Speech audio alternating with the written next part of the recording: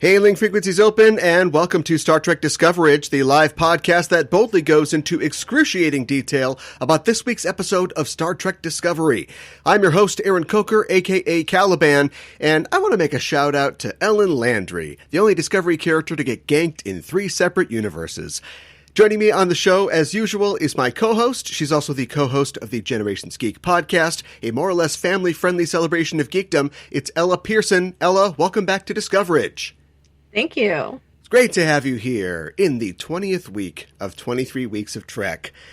I don't know about you. We're so close. I got my second wind. Really, this episode? I'm not too surprised. Episode, maybe it's Stockholm Syndrome. Maybe it's just me being in the agonizer booth and I'm finally ready to convert.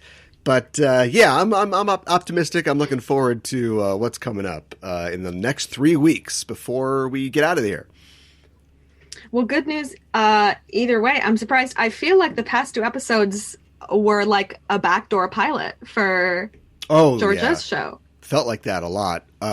Yeah, I agree, and we'll dig into that a little bit later. But one thing that I am not looking forward to, though, is it's probably going to be a while before we see any Discovery again. Are they set? They're not set to be back up in next fall. Well, they'll be, what is it, like the second week of January or the first full week of January will be the last episode. And they are working on it now. I don't know if they're actually shooting, but I know that they're in like pre-production and ready to go. But it's still going to take time to complete. It's going to take time to process and produce. And if there's any more flare-ups COVID-wise, because that's not a problem that's solved. Don't be fooled. That is not solved. It could be a little while before we see Burnham and Discovery back on screen again. Yeah, that's a tight schedule, especially with all the COVID regulations. Yeah, I don't know. Yeah. I guess I didn't think about it. What kind of what bums me out about it is that, like, however you feel about Discovery and how they're doing, like, I think they are definitely building momentum. And sure, you want to build to your finale, but you want to keep it going, past that signpost. And I hope that they kind of keep the enthusiasm strong, keep it going. Obviously, we'll get these other shows that we're looking at. We'll get, season 2 of Picard. We'll get hopefully more Lower Decks, and hopefully we'll see the Janeway show soon. But I mean, it'll be. I'm thinking it's going to be a while, and I have a sense of these things. Of course you do. A spidey sense. A spidey sense. Let's see. A Regellian spider sense. That's how you do it in Star Trek, right? You just throw a planet name in front of a regular animal. Seamless. A Tiberian bat. Yes, those cling so well. Let's talk about a couple news items before we move on tonight. It's just us tonight. Let's look into the news here. I wanted to mention that David Cronenberg was interviewed recently, and he said, with Variety actually, and he was talking about his involvement with Discovery. And long story short, he said that he will be on Discovery in season 4. Wow. Yeah. He said that, so apparently what I gleaned from the article was that it was Alex Kurtzman's idea about having him on the show, and because he is a resident of Toronto, it just all worked out. I mean, he's a Canadian, filmmaker. He grew up watching Star Trek, admired William Shatner, fellow Canadian, and then Star Trek came to his hometown. It was like, yeah, that seems like the way to go. I'll do some Trek. That's so interesting. I don't know why I assumed he was gonna be on the new Georgia show. I kind of thought he would leave Disco. Yeah, I thought that they would have more of a connection as well, but seeing that he is a 32nd century denizen, and if Discovery is going to be sticking around there, then maybe you want that guy with the glasses hanging out in the background of your show.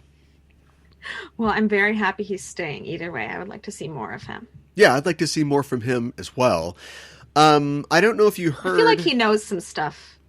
Oh, yeah. Oh, he'll definitely... Yeah, he knows plenty of stuff. I mean, he knew right away, like, once we had time to deal with that plot point, he's like, oh, here's what's wrong with Giorgio. Yeah, sugar molecules are all screwed up.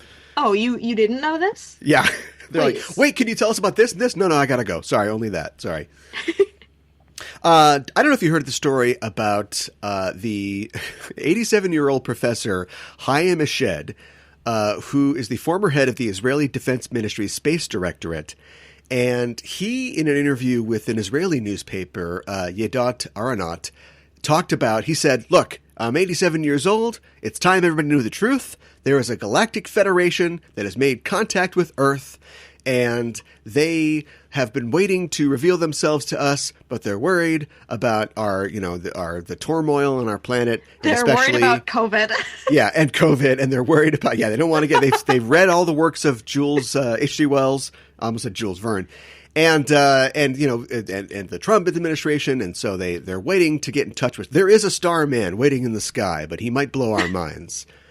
And the thing is that this just seems like okay, but this guy held a big post in Israel for a long time, so people don't know if they should even begin to take this seriously, or if it's just an old man who's on his way out. And we don't know the truth of this, but he says there is a galactic federation. Plenty of people say that the Earth is flat too, and they're very convinced. But they're on YouTube. They don't have cabinet positions. I hate to make the comparison, but I don't know. I guess it could. It could be true. Poor guy. I don't believe him. There are a lot of people who think that we'll either definitely get a lot out of President Trump once he's former President Trump, because that guy can't keep his mouth shut at all, and so once he has no investment, he can blab everything about Area 51 and all this stuff. Or that none of that could possibly be true because he can't keep his mouth shut about anything. So he would definitely have told us about aliens or alien technology or things that all these conspiracy theorists think that we aren't sharing. Well, not to be too liberal on Maine here, but I don't think I have a lot of faith in the state of his mind either. I'm just trying to think of what you could offer him to keep him from telling about that. If he accidentally sees the alien ship or something like that, it's like, oh boy, what do we, he doesn't have to pay rent on his casino for the rest of his life, or we'll build that wall on his golf course, or what can we give him? What can we even offer him? I think perhaps the only good news to come out of the Trump administration would be if he told us a bunch of Area 51 secrets afterwards. It would almost make it worth it, yeah. But so close to worth it. But there is a McDonald's Play Place curly slide from his brain to his mind. Things come right out. So there's absolutely no way that it could be if he hasn't said it yet. There's always some kid crying in the background. That's all he hears all the Somebody time. barfed in the ball pit. Yeah. Got to clean that up. Well, tonight we've seen the 10th episode of the 3rd season of Star Trek Discovery, entitled Terra Firma Part 2, and we're here to break it down for you. And before we start, as always, we're setting a course for the Spoiler Zone listeners, so be warned, we're glad you've decided to join us, but if you haven't seen the episode, spoilers are incoming. The official synopsis for Terra Firma Part 2 is: Giorgio uncovers the true depths of the plot against her, leading her to I lost my place in my notes, a revelation about how deeply her time on the USS Discovery truly changed her. This episode, the teleplay for the episode, is written by Kalinda Vasquez. The story is by Byo-Young Kim and Erica Lippold and Alan McElroy, and it was directed by Chloe Damont, who has not directed an episode of Star Trek before, I don't believe. There's no start date for this episode. We're still going off the regular dates of 3189 and, of course, 2255 in the Mirror Universe. And I should mention a couple things here. I guess that this now is the 14th episode of the Star Trek franchise that has a Latin title going along with Terra Firma Part 1. This week I didn't mention this last week, but in these 2 episodes we get to see both actors that have played Arium on the show in the Mirror Universe. Hannah Cheesman appears as the uncyborged Arium, and Sarah Middich appears as a brunette Lieutenant Nilsson, which raises a question. Bottle blonde in the Prime universe, or dyes in the Mirror universe? Looks fantastic either way. Yeah, looks great. And I guess maybe the third comment. The real question is, Trek casting department, I guess we're just looking for a tall blonde. Get us a tall blonde to play a robot. And, of course, goodbye, Rika Sharma, possibly for good from the Discovery franchise. I don't know how they're going to bring her back if they ever try to bring her back again. But maybe at this point it's a Kenny bit. Like, maybe we can bring her back season 4 in some new way. Again. And then she just needlessly dies one more time. But good to see her gone once more. Well, if Georgiou went far enough back, she just goes back. Carl, look, I know this is a big ask, but I got another question for you. Let's scan for some new theories this week, and the show has been rather gracious in confirming a lot of theories for us. With my big theory of moving Michael off the show, barring any kind of salary negotiations, I think Michael's probably going to stay on the show going forward. We're going to look into the burn, Georgiou's future, or in this case, her past. We didn't really talk about this all that much last week, but did you, once the buzz was sort of out that, Carl was, and like we said, spoilers, the Guardian of Forever, did you immediately think, oh, well, this is it. This is it for Philippa, or were you surprised that she exited the show this week? Well, I'm glad to say that I avoided the buzz. I was completely... Lucky you. Yeah, I was very surprised. In a good way. It made sense. But I was like, when when the voice hit, I was like, oh my God. And, it looks, the special effects are amazing. I'm so sorry. You asked me if I was surprised that she left the show. Yeah. Right. I would have to say no, because, and I think I said something similar when you first said that you were afraid that Michael was leaving, which is because I was a fan of The Walking Dead when Sonequa was still on The Walking Dead, and we knew that she had this deal with Disco, so I wasn't surprised when she left that show. So I feel like it was the same thing again, where like knowing some of the behind the scenes kind of makes me be like, oh, perfect. I'm like, now she gets to go back in time, and now the show as a perfect starting place. Yeah. But Michelle Yeoh doesn't have a deal with anyone. Like, I thought she'd last to the finale at least, but they just we've got 2 episodes where we can do a mirror universe thing. We need a little splash of time travel, and then we can get this character out of here and off to her next assignment. Mm-hmm. But I thought that she would play some role in whatever's going to happen in the finale. Oh, interesting. No, I don't know. I guess I was so focused on her story. I didn't really think at all about her needing to have some sort of part in, whatever happens at the end of this season. Because I was so like, are they going to kill her? She has a TV show and you know what I mean? But I thought it was a pretty fitting end. I thought it was, and then it was especially interesting to see her wake back up in prime Michael's arms, after that experience. I don't know. I liked it. Yeah, I thought that as Georgiou was stepping through the Guardian, Michael could have at least been like, here, give this note to Spock and give this rude gesture to Tyler when you get there. And because, we laugh about how there's time travel every week in Star Trek, but we really this is her last chance to, somebody else is going back to this time that she can't come back from. Why? I guess it's. Georgiou's going to do whatever she wants, but I guess it's okay that she goes back to the present or their present, when everybody else has to be. I don't have a daughter. I don't have a sister. I'm Spock, but it's okay if she does. It's interesting that the Guardian made the decision it's okay for you to make overwhelming changes to your timeline. You know what I mean? Because that was the whole point of the Guardian in the first one was you guys screwed this up. You guys got to fix it.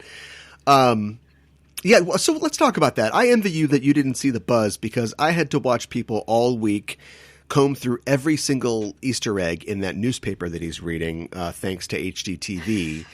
And people were fairly convinced that he was the Guardian because the I don't know, the Star Times Picayune or whatever the name of the paper was the same as the paper that Spock invents a machine to read the newspaper in the future. It was the same as that paper. But then there was also a ton of there was things about like Worf on there, and there was all these Easter eggs. And so I was holding out hope that it wasn't because it was just a bunch of Easter eggs. But no, it is, in fact, the Guardian of Forever, who got a crazy upgrade in special effects. Looks great. Usually people just jump through and some Botox. Yeah, people just jump through and freeze and disappear. But now it's a big whirlwind thing. Yeah. No, it's beautiful. And I wonder if now that the Guardian has, like a face and a body, I wonder if it will become more of a presence. The show can't do too many things like have a Q or something come in, but I wonder if he'll reappear like in the finale. That's what I was going to say. Maybe he'll have a part in the finale. I mean, I feel like, I don't know if I expect him not to be in the finale or not to be in the show again, but I feel like if his role is simply time travel, I'm kind of, I want the show to like grow into its own. And if anyone time travels, like in the next 2 episodes, I'm too afraid that it would be like, this is too hard. I'm going back. Take me back. Yeah. Yeah. Them leaving the present at the end of season 2 and being like, this is it. Like, we sent messages to our loved ones and this is a one-way trip. That had a lot of power, and I would hate to see that reversed. And I don't think that they will necessarily, but I do think that he could be involved in some way. And that takes me to the next kind of hanging Chad theory that we have, which is, what's the deal with the crew leaving Disco, the Disco that we see in Calypso? We all thought that going 930 years in the future would fix that, and we're still in a position where the ship doesn't talk. A character like Kraft talking about the Vidrash, like we haven't seen any of that in any species that we've run into, and the ship does talk about being abandoned for 1,000 years. So will Discovery somehow, or the crew of Discovery, go another 1,000 years in time, or go somewhere else and the ship waits around for a while? And will the Guardian be instrumental in making that happen, or returning them to Discovery after whatever their task is complete? Mm-hmm. Okay, I have several thoughts. Sure. Number one is, I still think Admiral Salt and Pepper is a little sketchy. Oh, he was super sketchy this week. He was sus. And I don't think that it's like a tinfoil hat like theory to be like, maybe he is evil, and if he and or the Federation are not what we think they are, then they could abandon Disco somewhere. They could jump Disco to the middle of nowhere and leave it so that the Federation didn't have this spore drive. And the computer is growing, right? The computer is doing something weird. I guess, yeah. So, it told them where the Guardian of Forever was. It just didn't. The file wasn't labeled that. It was just labeled Dennis 5. And the episode where it was like, why don't you have a nice dinner party? You know what I mean? So the computer's the computer's on Pinterest. The computer's doing something different, which could grow. If left for 1,000 years, could grow into something else. So. That's fascinating. The idea that, so what we're positing here is perhaps a finale to this season, or a development in the next, where the restoring the Federation is just putting the bad guys back together, or putting the gun in the hand of the bad guy. And then, it starts 1,000-year space Reich, and Discovery has to, like you said, like hide the spore technology away, because we don't want evil Salt and Pepper to have that at the head of the Vidrash. That's fascinating. That's dark. Yeah, I mean, we haven't seen anything else of the Federation. We got a glimpse of all those ships. That was great. Yeah. But really, we've only had dialogue with Salt and Pepper, which I refuse to call him anything else, but Admiral Salt and Pepper now. I'm not even sure what his name is. Me neither, because his name is Admiral Salt and Pepper. Yeah. So I don't know. I think he's sus. I've said this, I think, last week. Gray is sus. Yeah. he was riding Saru a little bit this week, more than usual. Mm-hmm. And it seemed like at first everything was about law and order and following the rules, and then now like every time somebody kind of goes off half cocked and Saru tuts, he's like, I don't know, Saru. Sometimes we just have to do what we have to do. It's like, okay, so which is it? What's going on? What do we have to do? Yeah, what is it that we have to do exactly? Yeah. Mm-hmm. Well, we'll have to just keep checking these and make sure they don't boil over. Let's talk about the episode itself, and really, let's talk about the mirror universe. I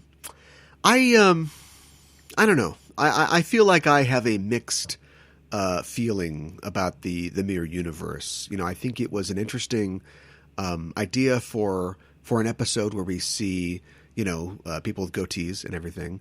And DS9 tried to blow it up a little bit and give it a little depth.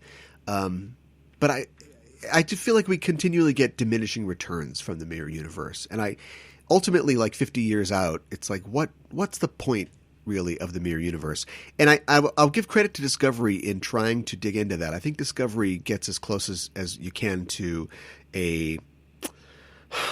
maybe a treatise or a theory on the mirror universe, in that, not that that it's just a horrible place that can't be saved, but you put this character who has been poisoned by sympathy, back into the mirror universe, and you see how she does or how she fails to function there.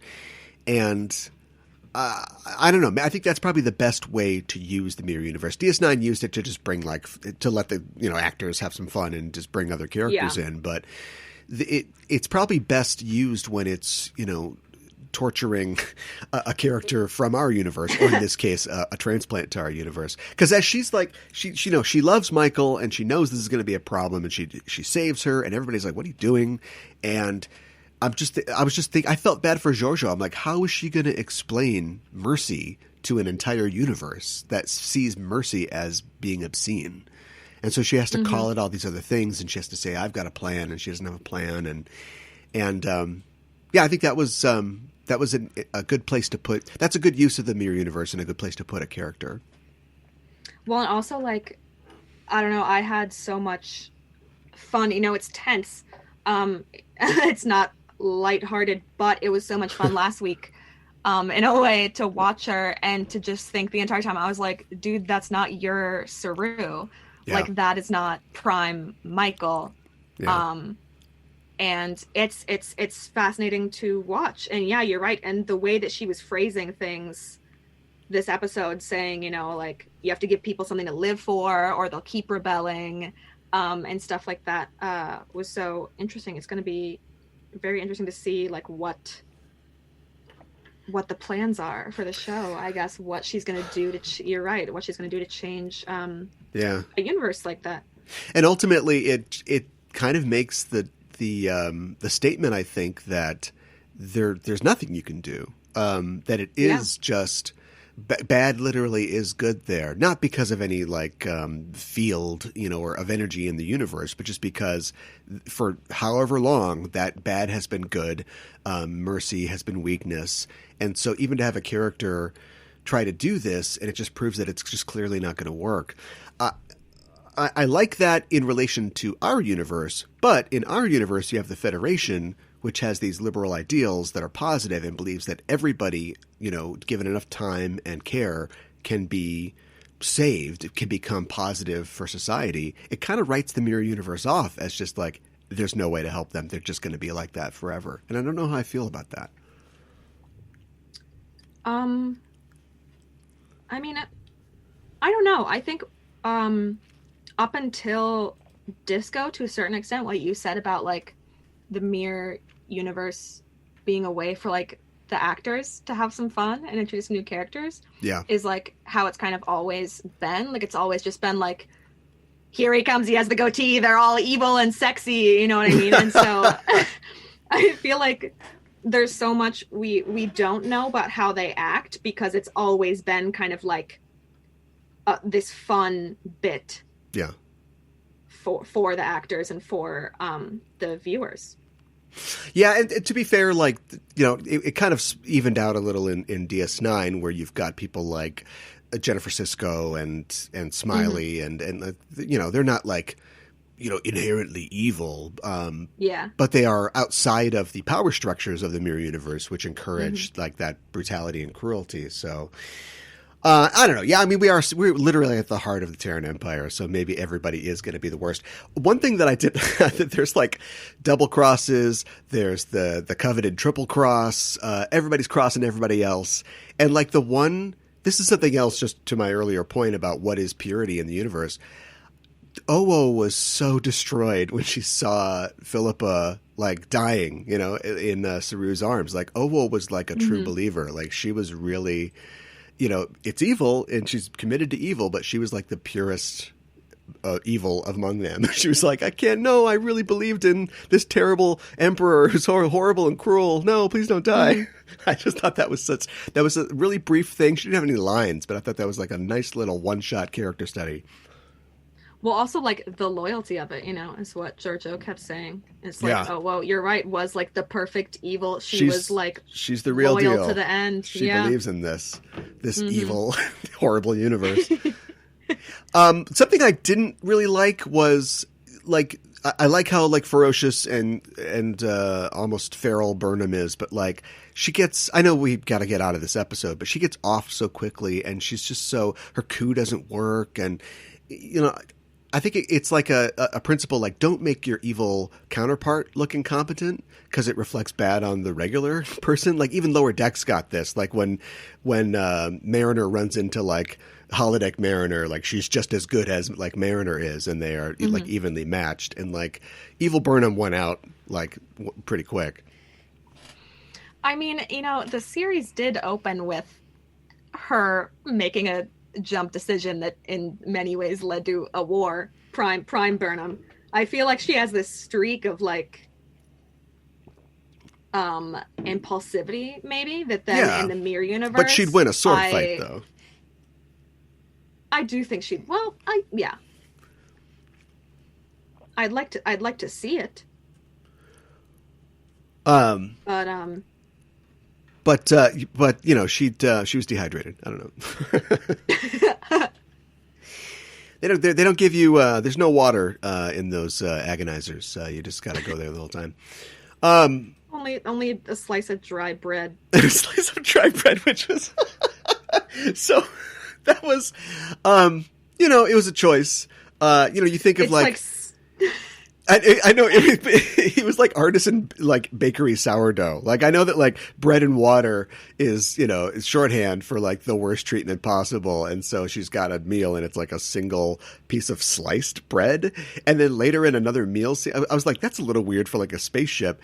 I'm sure they have sandwiches, and then later on they have a dinner scene and they're eating like space food. They're eating like cubes, you know, like TOS. And it's like, all right, so that was so weird that they just pulled a piece of bread off the craft services table and it's like, here's your bread. Get her Dasani. Come on. A piece of like stale Sara Lee sandwich bread. Yeah, bread and bottled water. Come on. Just rock hard. Get her a Fiji. Yeah. But yeah, bad conditions for her. Did you think that the whole Firefly bit was like a callback to The Girl Who Made the Stars and the Fireflies? I didn't really know what was going on, to be honest. I did not make that. I didn't make that connection at all. I was a little lost there, but that's what I thought that might have been. I was more concerned that she was sitting in there with her. I was like, dude, get out. Don't leave her a present. She's going to bite this is tense. Out. Yeah. Yeah. Yeah. When she's telling her the story about her, you know, oh, you're having night terrors and you calmed down and I picked you up and put you in your little child-sized agonizer and yeah. Your little crib, like that was just a bed of nails. Yeah, I put you on your bed of nails. You screamed every night when I put you to bed. Couldn't figure out why. Your little romper with the barbed wire sides. Yeah. Yeah. It's just it's interesting that she, again, I just go back to that character study of there's like a confluence of different points where I think that Discovery in terms of its storytelling, often just kind of has things happen and then it tells us later on like what happened and like what we should focus on and what was important. And you combine that with Michelle Yeoh's very subtle performance. You know, she's doing this one thing where she's full of bravado and bluster, but inside she's she's scared. And then you turn the volume way down on that. And so sometimes it's hard to really feel what she's feeling or follow her through her emotional journey. And, you know, from a cerebral perspective, it all works. Like, she goes back to this mirror universe. It's kind of nice to be home, but she wants to save Michael.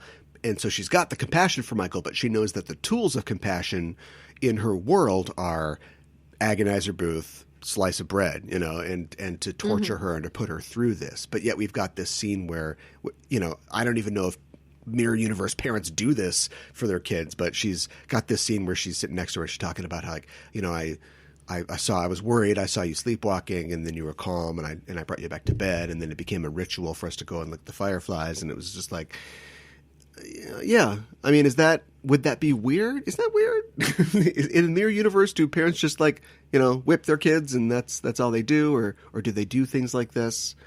I don't know. Like, a year ago, 2 years ago, I would have hated myself for saying this, but I'd watch a mirror universe show if it was more about exploring these things. Do you know what I mean? Instead of just having people stab each other and cut each other's throats and simper over things like that. If they really explored like that psychology of like, what is it like to think that love is hate and vice versa?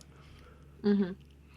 You know, I also think just as far as like this episode and like our Giorgio in this time, I think she's been confused as to what she needs to and wants to do, like since she left the mirror universe. And so I don't think necessarily, you know, like you said, she has all this like bravado. She's always acting like she knows exactly what's going on, and she always is acting like she has a very exact plan.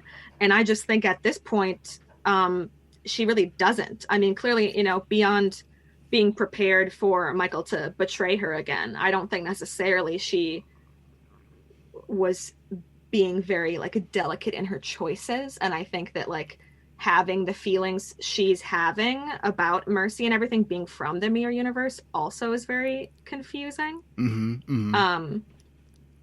Because she clearly was able to learn so much and change, obviously, spending all the time in the Prime universe. But it makes me wonder then if when you finally are killed or betrayed or whatever and you die in the mirror universe, sure, sometimes you just get knifed at a secret meeting because you were the only person that didn't get the memo that's like, we're going to knife Kayla today.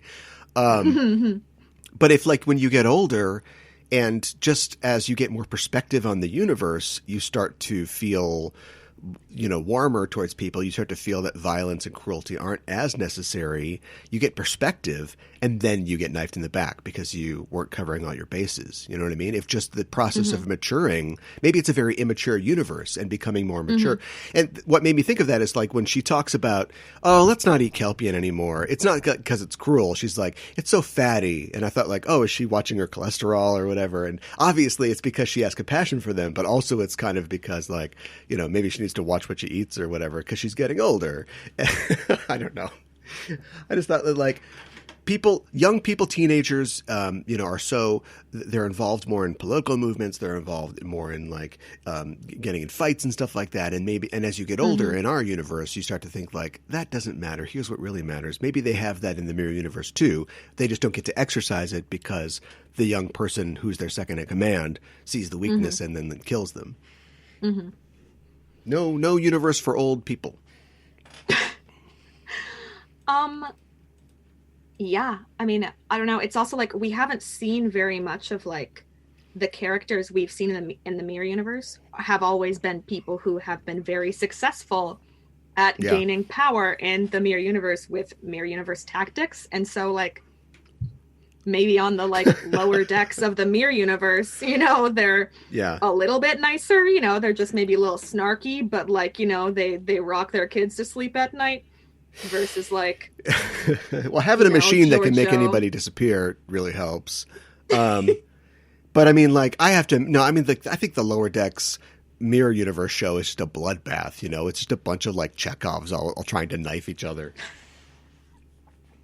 And so, like, nobody Just can. running around. How do you get clipboards signed? Because all the ensigns are killing each other trying to get promotions.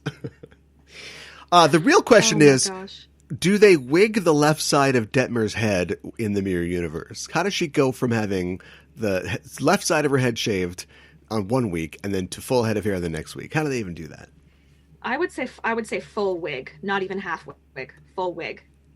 Oh, so like, okay, so she's wigged in the Mirror Universe, but it's her real hair in the Prime Universe. Yeah, like Because just slap a wig on her. Okay, wow, that's good. They matched that really well then. Yeah. Have you seen a wig lately? They're crazy.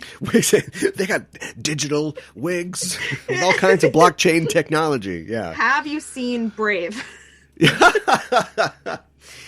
I thought it was funny when they were talking about, we've got this alliance together to fight you. We got the Vulcans, we got these guys, we got the Denobulans, and I was like, oh no, they're not the Denobulans.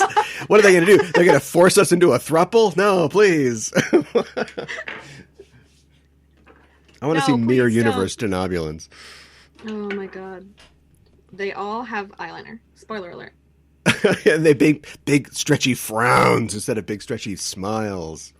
And just weird, not black lipstick, but just weird dark purple every time. Yeah, that's the worst. Black is too far. I think that's pretty much it. I just wanted to meditate on the Mirror Universe a little since we are back there one more time. That's enough for now. Maybe in a couple more years. I did like that they, again, it's a comic thing, but they did bring up, or a book thing, but they brought up San, Giorgio's like nephew or protege or whatever, in dialogue, but she didn't have any time to really talk about him. But yeah, she's off to do something. I guess at the start of her show, she'll just pop out of a time vortex and be like, "All right, let's get it done." I loved her robe, her gold robe, like her evening wear. Oh god, it's also gorgeous. Yeah. I guess I'm a little, I feel like every episode I'm like, if only they had more episodes in a season, and I'm interested to see what happens now that they devoted so much time to something that, unless you're right and the Guardian has like a place in the finale somehow. Like, I'm curious to see how these two episodes like factor in to the, because we're down to the line a little bit here. Yeah, with 3 episodes left, this is something that we didn't talk about in theories, but I think the next episode we are going to deal with the Saru Kelpian issue, and probably get the source of the burn, and then the next 2 episodes won't necessarily be a 2-parter, but it'll be, dealing with the end game here. Enough scenes to make up 90 minutes of our conclusion. Mm-hmm. You think we will figure out the source of the burn next week? Well, they're going to the Kelpian ship. They've played it pretty clean this year with just we got a problem. It's on this planet. Go to that planet. Next episode, rinse and repeat. And I think we'll probably just find the Kelpian ship and probably the source of the burn. Given the preview, I'm a little concerned that it's going to blow. Yeah, and I'm a little worried about Saru because not only is Salt and Pepper, giving him a little guff, but then, Giorgio just drops, he's okay, but you could be a captain too. And it's like, uh-oh. Like we're coming up, we're going to get Giorgio being the captain, or Burnham. Mm-hmm.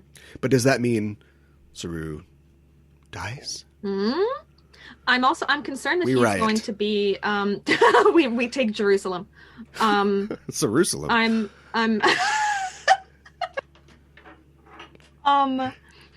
worried he's going to be reckless in trying to save who presumably is a live Kelpian on this ship. Yeah, well, we've seen him.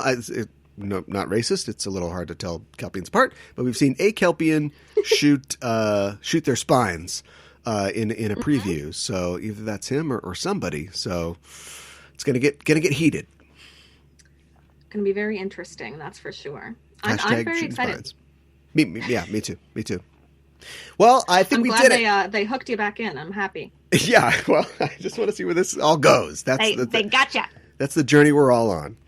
And that journey will continue next week, but we're done for this week, and thanks for joining us, listeners. If you like what you hear, you can follow us on Facebook and Twitter at EISTPod for updates and to get notified when new episodes of both Enterprising Individuals and Discoverage are released. And you can tweet to us on the show using the hashtag Discoverage or email us at eistpod@gmail.com. And while you are on that internet, why not head to your listening platform of choice and subscribe to our show feed, give us a rating and a review, because it really helps us out. If you want to help the show grow, stop by our Patreon page at patreon.com/EISTpod.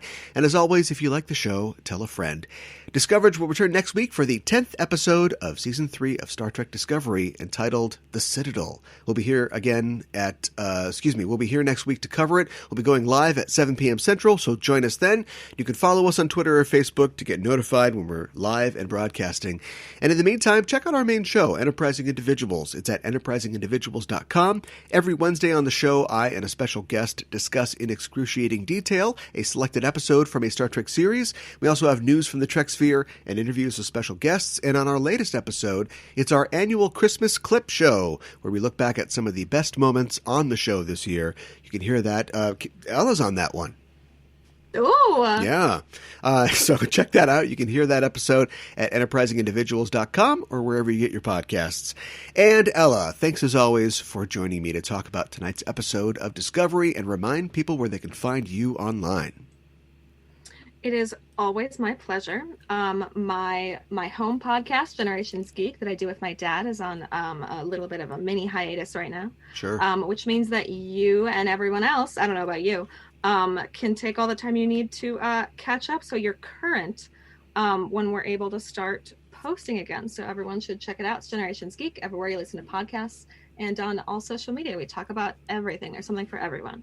Yeah, check that out. And that is it for us. Thanks for listening, and we are signing off. This is Aaron for Ella saying, live long and prosper.